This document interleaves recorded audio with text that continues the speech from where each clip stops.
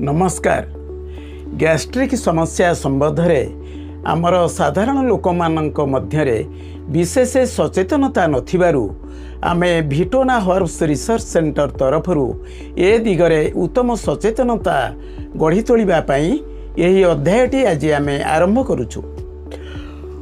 आमर अनेक लोक आसंती विभिन्न समय रे जो माने अभियोग करंती जे दीर्घ दिन हैला मु गैस बटिका झाड़ा सफा औषध आंटासिड खाऊचे किंतु औषध छाड़देला बेलू मोर समस्या पुणी पूर्व भली बाहरुची।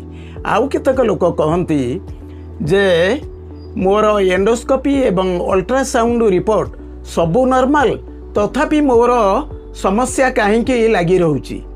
यही क्षेत्र में लोक मानकु सचेतन करने को चाहूँ जे नॉन अल्सर डिस्पेप्सिया बा क्षेत्र विहीन अजीर्ण रोग एवं आईबीएस जहाको आयुर्वेदिक मतरे ग्रहणी रोग कहती से समस्या थिले एंडोस्कोपी एवं अल्ट्रासाउंड रिपोर्ट रे कौनसी आबनर्मालिटी बा अस्वाभाविकता देखा न गले मध्य लोकंकर गैस्ट्रिक समस्या लगी रही थाए। गैस्ट्रिक समस्या भोगुथिबा लोक मानक मध्यरु 90 रु 95% लोक यही नॉन अल्सर डिस्पेप्सिया बा फंक्शनल डिस्पेप्सिया ही भोगुथांती।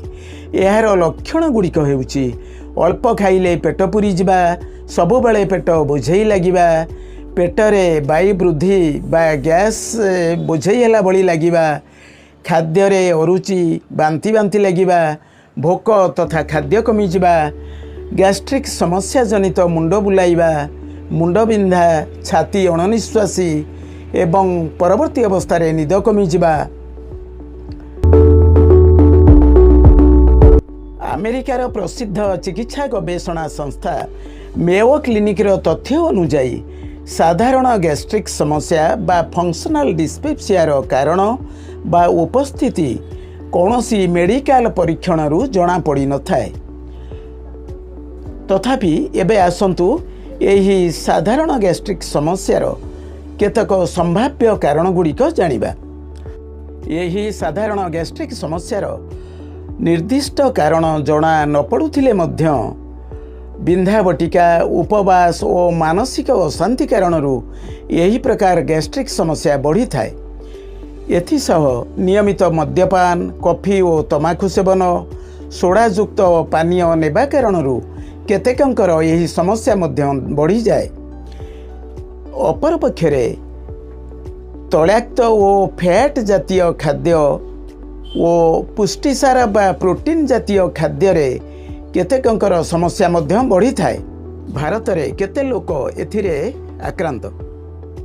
रिसर्च गेट रो तथ्य अनुसार भारत रे पाखापाखी साधारण लोकंक मध्यरु 30% लोक यही फंक्शनल डिस्पेप्सिया बा साधारण गैस्ट्रिक समस्या रे आक्रांत होइछंती।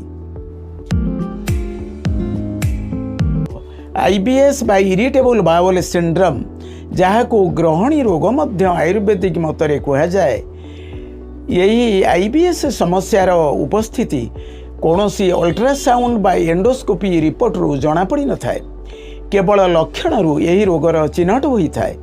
यही रोगर लक्षण हैला समय समय कोष्ठबद्धता एवं समय समय तरल झाड़ा, तलीपेट दरज जहा झाड़ा गला परे उपशम, पुरुणा तथा नियमित दीर्घ दिनर नाल झाड़ा, बेले बेले पेट कामुड़ा, पेटरू पवन बारंबार निर्गत हेबा, प्रति खाद्य परे झाड़ा, बेले बेले पेट अंटा दरज।